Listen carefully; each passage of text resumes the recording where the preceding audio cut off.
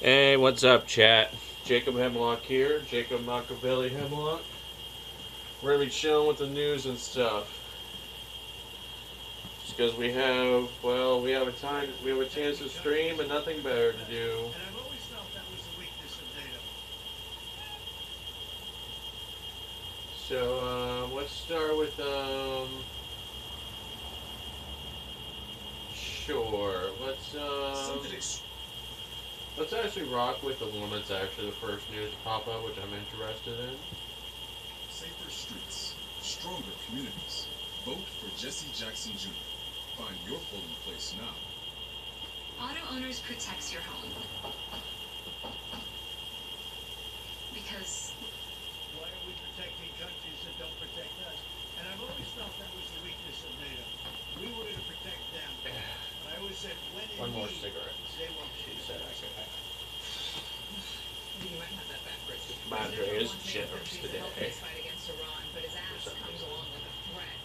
Telling the Financial Times if there's no response or if there's a negative response, I think it'll be very bad for the future of NATO. Joining us, the Defense Minister of Estonia, Hanno Pevkur. Thank you so much for joining us. What do you need a second one? Thank you very much for having me. No. What is the reaction to Donald Trump's threat to NATO that if you don't help, it will be bad for the alliance? Well, first of all, Well, lighting's up enough to where you see me just fine when I get on camera, so we'll rock with that. we've been together in Afghanistan, we've been together in Iraq, we've been together in the most toughest regions, like Helmand, for instance, and we've lost per capita the same amount of people and soldiers as the United States. So we've been, after 9/11, together with US, and definitely when one of the allies feels threatened or needs help, then of course all the allies will contribute to each other's security. Donald Trump is demanding that now the United States needs Aw. help, specifically in reopening the Strait of Hormuz. Should NATO help? Is definitely an issue for all of us. It's not only the question of the United States and the foreigners of the United States, which we clearly understand are affected by this. And the season is coming, so it's the same also in Estonia that the season is coming, the oil price is going up, and nobody wants to see that. So when we want to fight with that, and when we want to be in a normal situation again. There we go. It's looking a bit better now. I turned the lamp face this way. And of course, collectively we have to see it's not only the question of NATO. The US is also part of NATO. When NATO decides collectively that we will act as NATO, this is one thing, but when allies will decide also together, then this is another option. So let's see what will be the clear ask from the President of the United States or from the US administration, and then we can make decisions. But definitely we are all interested in that the Strait of Hormuz will be free. So what I'm hearing from this, Bigger countries within the alliance, the UK, Germany, etc. so what I'm hearing from this is that Trump right now is crying about the fact that, well, he's not crying, that's probably rude, he's complaining. He's complaining that NATO isn't jumping on the kill Iran train, which honestly, I'm not sure I would get involved either if I heard that both Israel and the USA were on fucking punting the shit out of fucking Iran.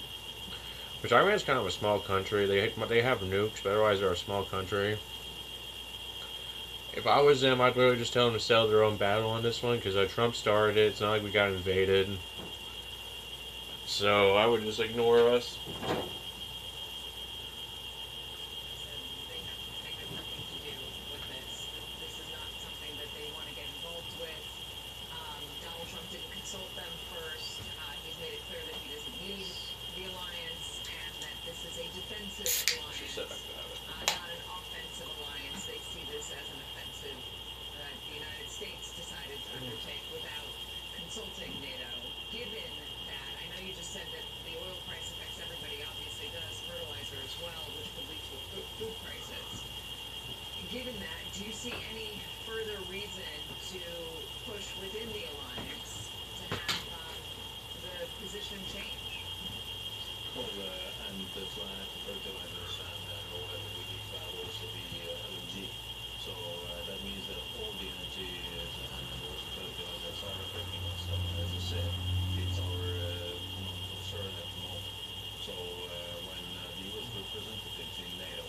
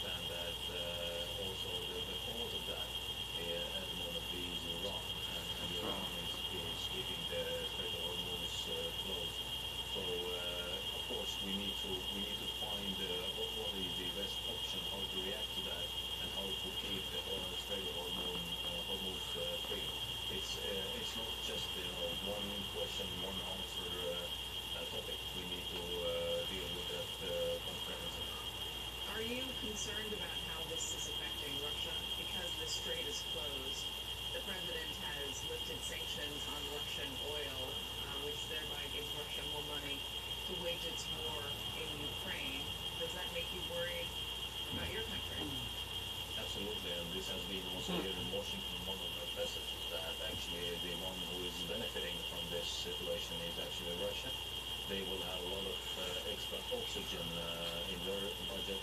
So they've calculated their budget in this year with the oil price of 40, $50 per barrel. Oh So God. definitely they will have a lot of new money coming into the budget, and they can conduct war in Ukraine more freely. And definitely Russia is benefiting from this situation. So the sooner the situation in Middle East will be settled, the easier it is also for Ukraine. And to be honest, from our perspective, from the European perspective, the situation in Ukraine is still the most concerning one, and we need to handle also this situation, how to give Ukraine the best possible, best possible option for the negotiations for the peace. Very good, Connor. Thank you so much. Yeah. That was interesting. Now let's do some internet drama news. Texas, easy steps. Snap. Tap. Tap.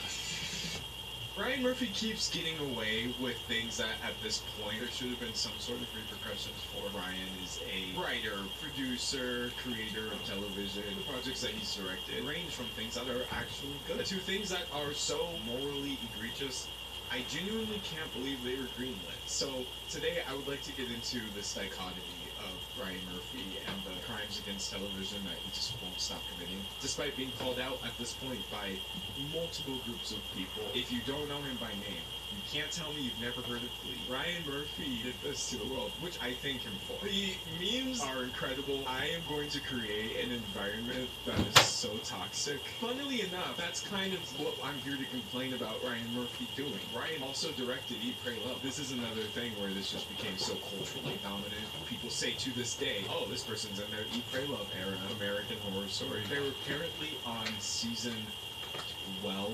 And even though I've never watched American Horror Story, Eat, Pray, Love, or even some of his other popular shows like Nick Tuck, Scream Queens, what I did not realize is that I actually do watch a bunch of Ryan Murphy shows. He also makes real story adjacent stuff that I am quite interested in. So, for example, I watched American Crime Story. This is about a real incident that happened. I also watched, or attempted to watch, The Watcher, right up my alley of true crime dramatization stuff. This is not a good show, and I could not even finish it. I also watched Feud.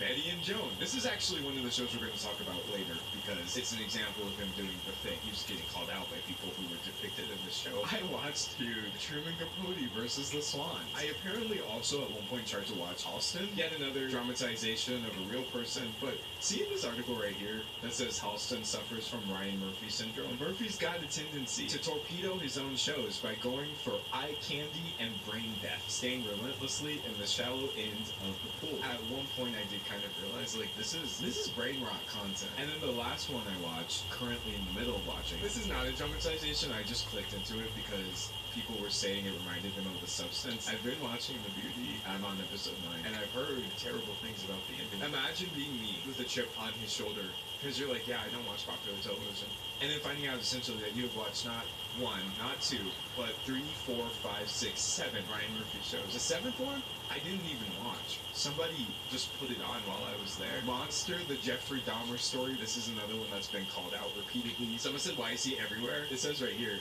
Monster has officially surpassed 1 billion hours viewed. I really can't overstate how popular Ryan Murphy is. Ryan Murphy shows...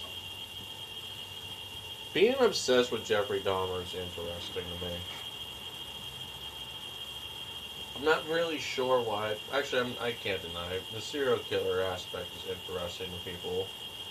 I find the idea of a badass martial artist hot. They find a serial killer hot because they're dangerous. So on and so forth. He's an interesting character who I actually read a graphic novel biography before, like a bit of it here and there. Not in full. But it's interesting because sometimes he's considered a very friendly guy by people that didn't know him too well. But yet he was still a bit of a monster. Jeffrey Dahmer had a charming side to him. I think Netflix got some drama for trying to find someone who's as closest to as Jeffrey Dahmer as humanly possible. Oh, that's my anecdote on that. Are undeniably pretty, but he has an over-reliance on shock value. Ryan himself says there's something for everybody, and there's something to offend everybody.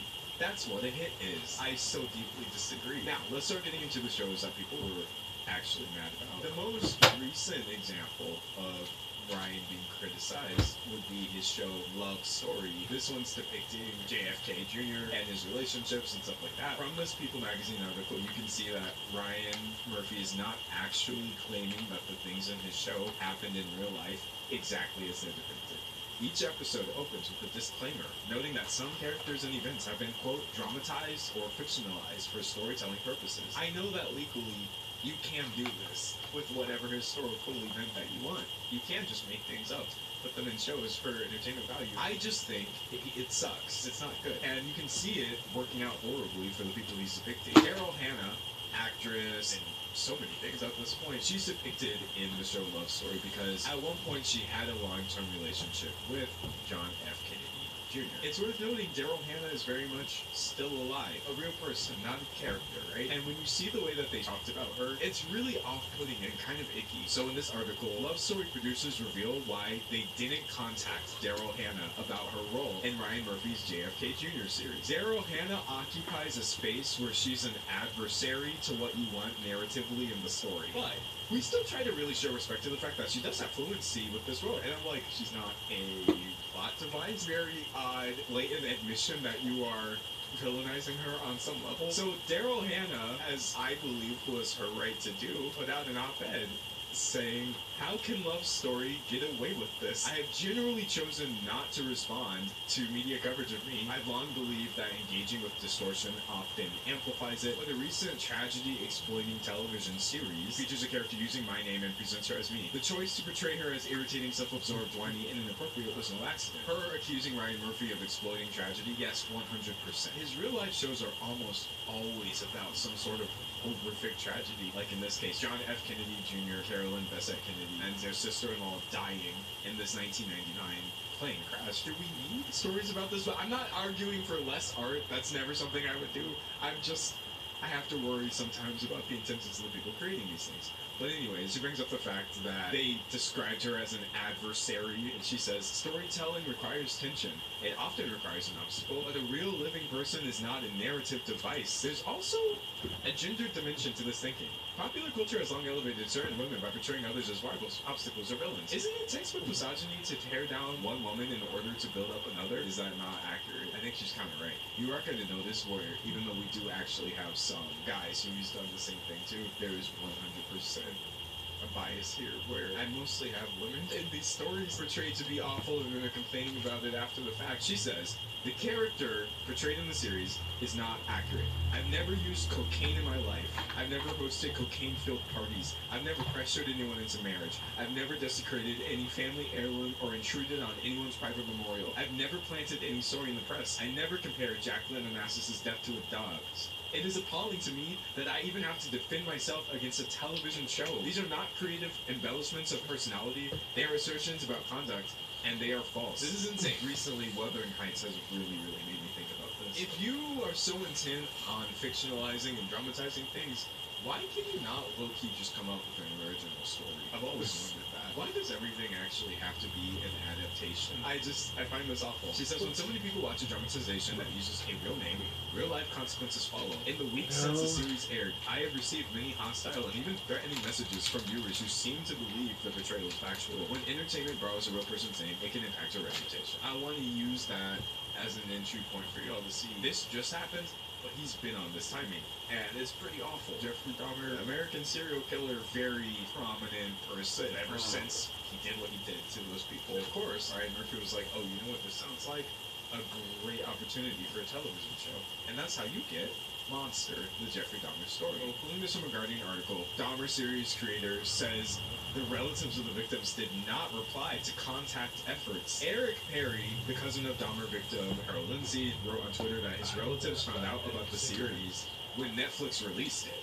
and it became their most watched show. Netflix wasn't required to consult the victims' families because the events portrayed a public record, but the way the show was unrolled re-traumatized the bereaved. So whereas Murphy claims, yes, we did reach out, I'm sorry if I'm more inclined to believe the families of these victims were like, no, they didn't. Lynn's sister wrote separately that the show felt harsh and careless. The mother of aspiring model Tony Hughes, who was only 31 when Dahmer murdered him, told The Guardian that the events on the show just didn't happen like that. I don't see how they can do that, said Shirley Hughes, whose son is the subject of an entire episode. I don't see how they can use our names and put stuff.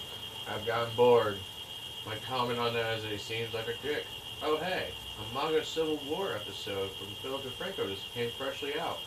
We get a 1-minute post reaction from the latest upload from Phil DeFranco now. Debt toll is rising, the fallout is growing, and Donald Trump, he is asking for help from allies that he has continuously insulted, bullied, and threatened. And as he continues to make threats, at least some are now refusing to get roped in, and the president might be considering another option: U.S. troops on the ground. And so let's start there, because it's believed that any potential ground operation is likely to target a place called Cargyle. The military actually just attacked it for the first time during this war on Friday, with Trump announcing the operation on social media and claiming the United States Central Command executed one of the most powerful bombing raids in the history of the Middle East. And added, for reasons of decency, I have chosen not to wipe out the oil infrastructure on the island. However, should Iran or anyone else do anything to interfere with the free and safe passage of ships through the Strait of Hormuz, I will immediately reconsider this decision. And with that, the next day, CENTCOM confirmed what was described as a large-scale precision strike, saying U.S. forces successfully struck more than 90 Iranian military targets while preserving oil infrastructure. That last part's key because Kharg Island, which is located roughly 15 miles off the coast of Iran, it is home to facilities that export 90% of the country's oil. So taking out that infrastructure would be a massive blow to the regime there. But it would also very likely throw the markets into even more chaos.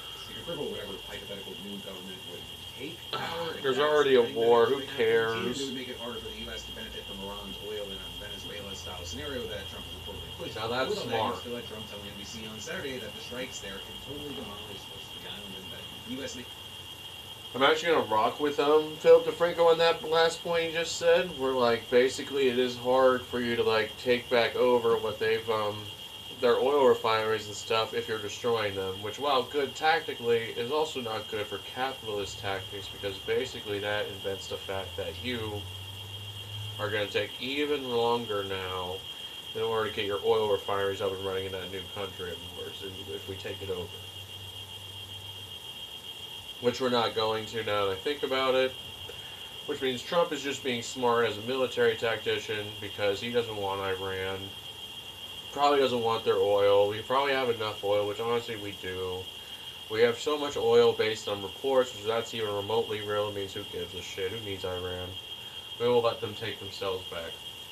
Did a few more times just for fun. So you then also had a senior White House official telling Axios, no one should read into anything more than what the president announced and that the president has made no decisions on Kharg Island. That official also said that could change if the effort to clear the strait drags on. And the president is not going to wait around and let the Iranians dictate the pace of the conflict. And so with that, we're now seeing reports that Trump is seriously considering trying to seize Kharg Island. And he's reportedly drawn to this idea because it would constitute a, quote, economic knockout of the regime, essentially defunding the Iranian government without all the downsides of destroying the oil infrastructure there. But of course, there are still downsides. One, the move would require U.S. boots on the ground there. Two, it could still push Iran to launch even more aggressive strikes against oil facilities and pipelines across the region, especially in Saudi Arabia. Despite the risks, the U.S. is now deploying 25,000 more Marines to the Middle East, adding to the 50,000 already there. While officials decline to say what their mission actually is, they're reportedly equipped to join a potential operation to seize the island. And notably, that's not the only boots-on-the-ground scenario being considered. The U.S. and Israel have also reportedly discussed sending special forces to Iran to secure its stockpile of highly enriched uranium. Two American officials told NBC News last week that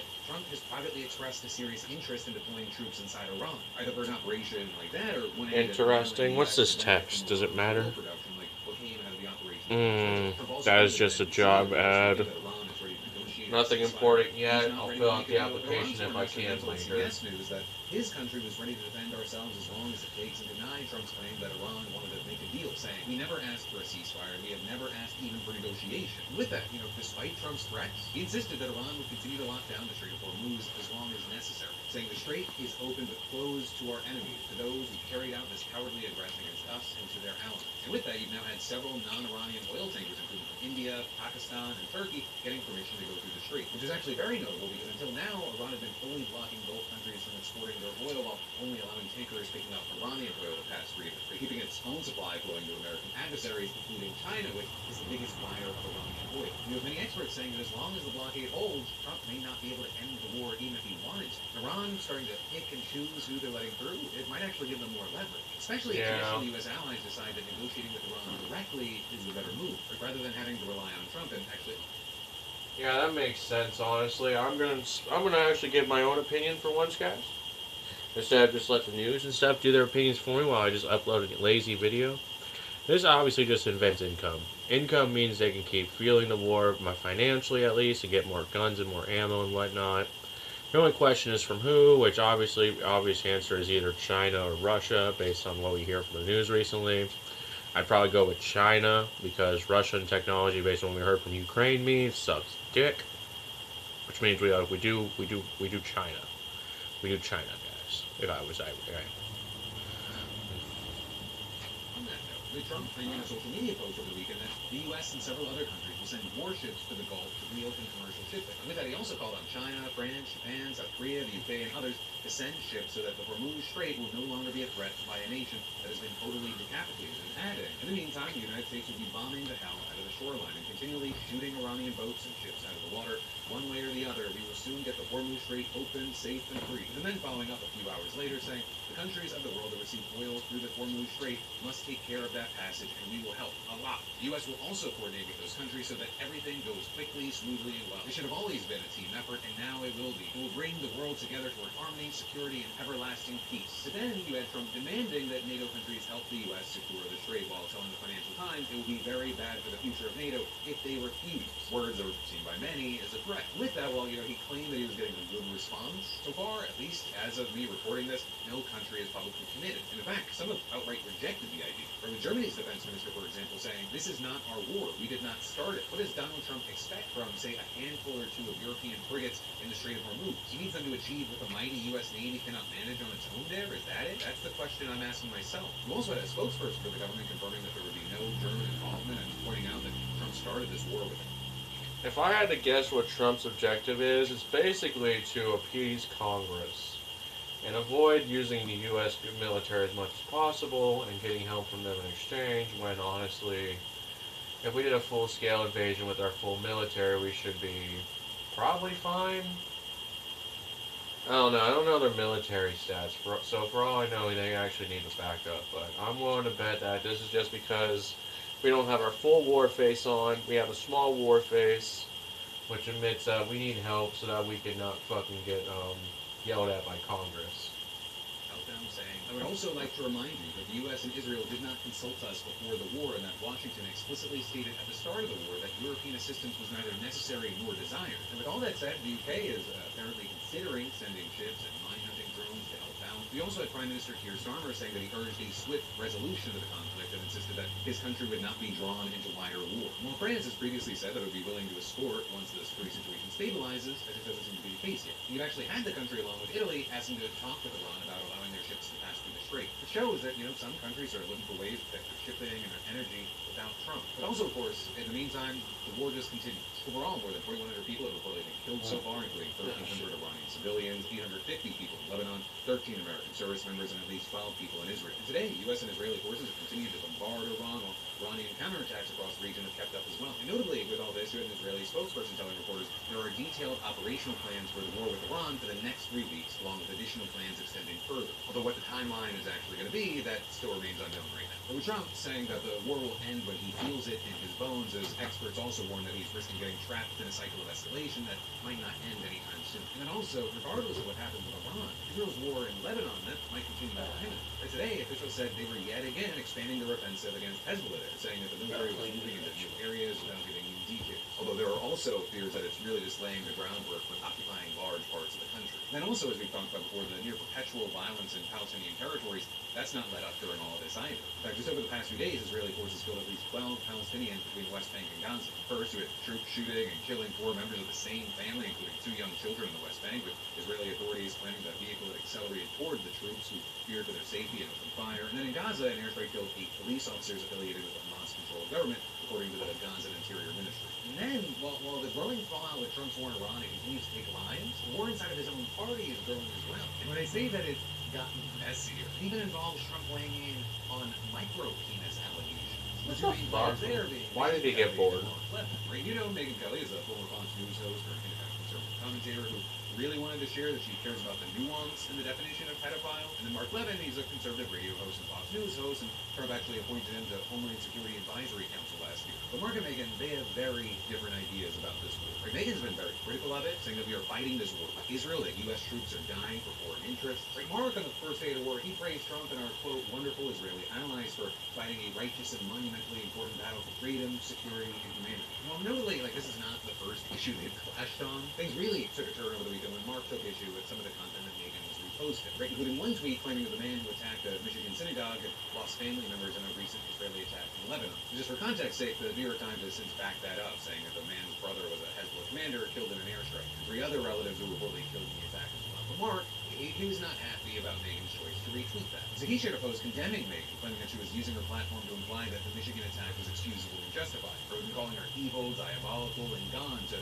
which Megyn shot back, "I'm sorry you have a micro-penis, Mark, but don't drag the rest of us into your drama." The thing just kind of devolving from there, with Mark calling Megyn an emotionally unhinged, lewd, and petulant wreck who has completely revealed and destroyed herself, saying she's everything people say she is, but much worse. So Megyn then just doubled down on the micro-penis stuff, dubbing him micro-penis Mark, and claiming he tweets about me obsessively in the crudest, nastiest terms possible. Literally more than some stalkers I've had arrested. He doesn't like it when women like me fight back because of his micro-penis. They're then going on to claim that Mark has shitposted about her over 100 times since November, but she's only responded 6 times at first, asking him to tone it down before he gets someone killed. And then you also have Mark calling her a harlot who wakes up and has micro-penises on her mind. So you then also saw a ton of people responding to what was happening. Everyone weighing in, but easily the biggest name was Donald Trump himself. With Trump coming to the defense of Mark Levin, calling him a truly great American patriot who is somewhat under siege by other people with far less intellect, capability, and love for our country. And the president then adding, he's a true conservative and intellect far smarter than those who criticize him. When you hear others unfairly attack Mark, remember that they are jealous and angry human beings whose sway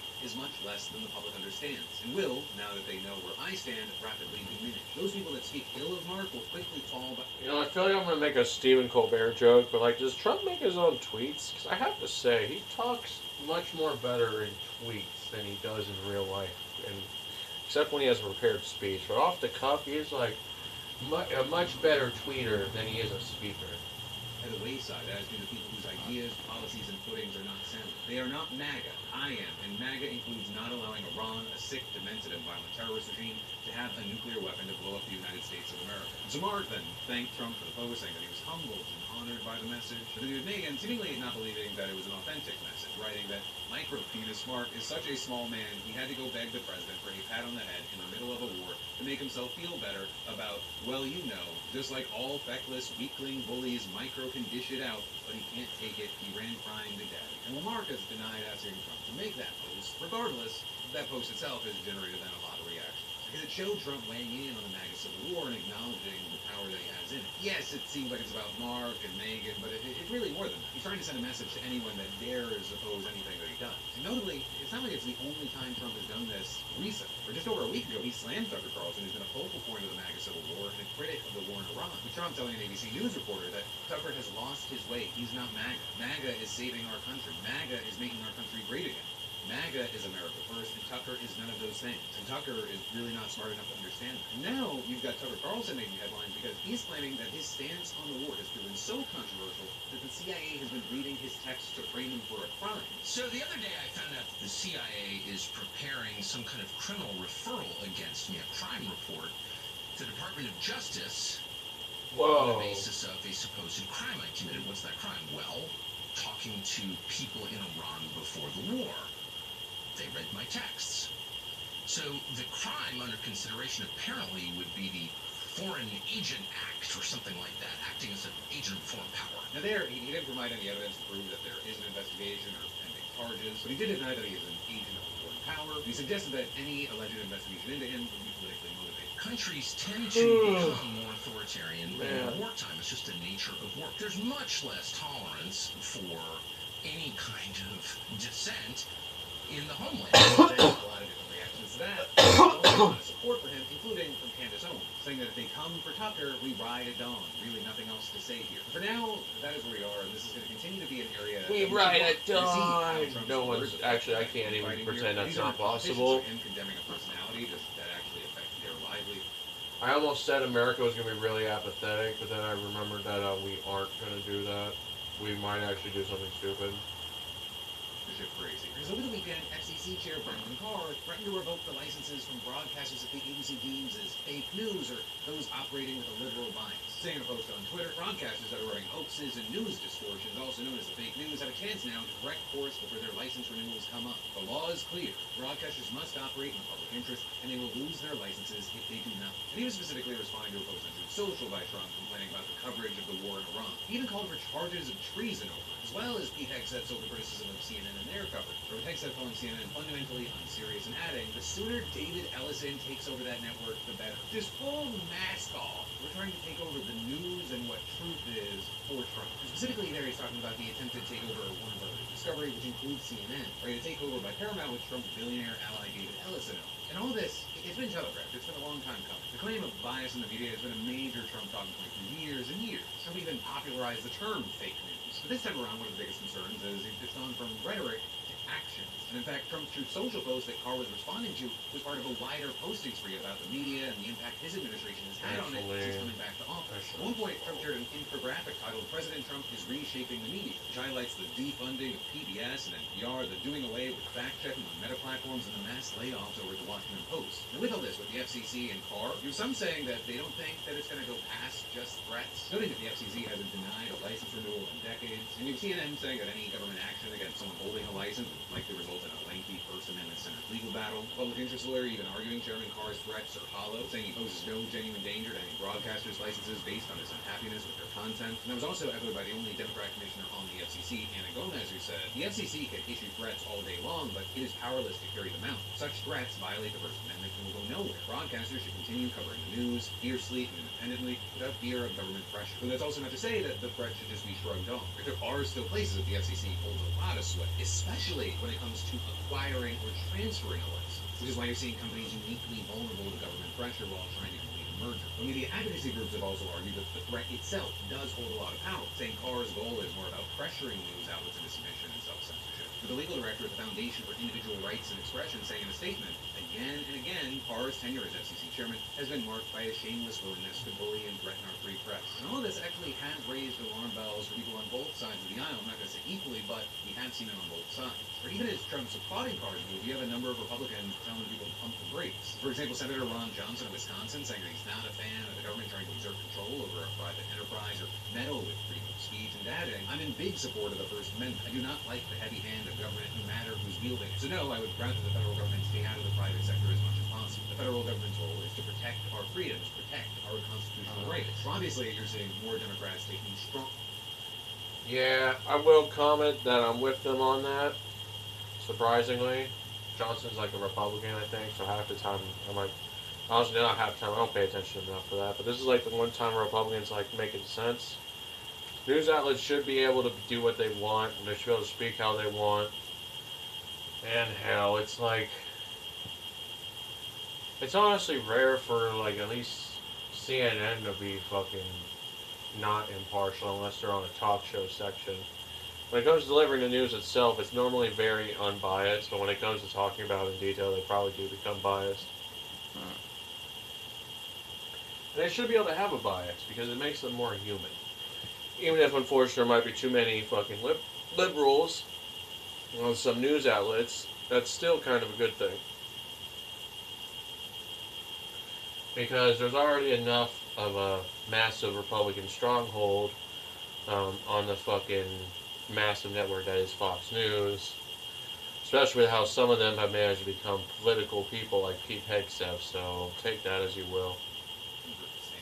California Governor Gavin Newsom, for example, calling Carr's threats flagrantly unconstitutional, and Senator Elizabeth Warren saying that it is straight out of the authoritarian playbook, and adding, it's illegal for the government to censor free speech it just doesn't like about Trump's Iran war. And then you had Senator Chris Murphy adding, we aren't on the verge of a totalitarian takeover. We are in the middle of it. Act like it. And Because it seems like with every insane or just even out-of-pocket choice that the Trump administration is making, they're pushing even their allies in Congress further and further away. But then also with all of this, we've got to talk about how 1 in 8 members of Congress are not going to run for their seat again. They just leave it. That is the second highest number in the last century. And 60% of them are Republicans, which is a record for their party. You know, the people in power, they are running for the exits at a record pace. In a way that we haven't seen for a generation. It tells you, yes, the state of things right now, but also it lets you know what they think is going to happen in November. But according to NPR's tracker, 13 senators and 56 House members are either retiring or running for a different office. So 3 of those senators running for governor, but they'll only resign if they win. But their seats aren't up this year, so if they lose, they can stay put. But if all 3 leave, 2026 would tie 1996 for the most Senate retirements ever recorded. And the combined total across both chambers is 69. That's just 3 short of the all-time record of 72 that was set in 1992. And again, the Republican side of this, it really stands out. But to a certain degree, it does follow the trend. But the president's party tends to see more retirements out of the midterms because their party loses more often during the midterms. In 2018, during Trump's first term, 34 House Republicans chose not to run, which is nearly double the 18 Democrats who left out of the blue wave that flipped the House. And then under Biden in 2022, it was almost a mirror image. 31 Democrats retired compared to 18 Republicans before the GOP takeover. And you know, a lot of these Republicans, they would have.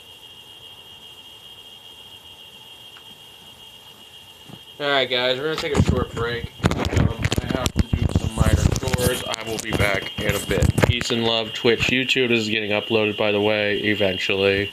I'm not going to do it right away. Anyway, peace and love.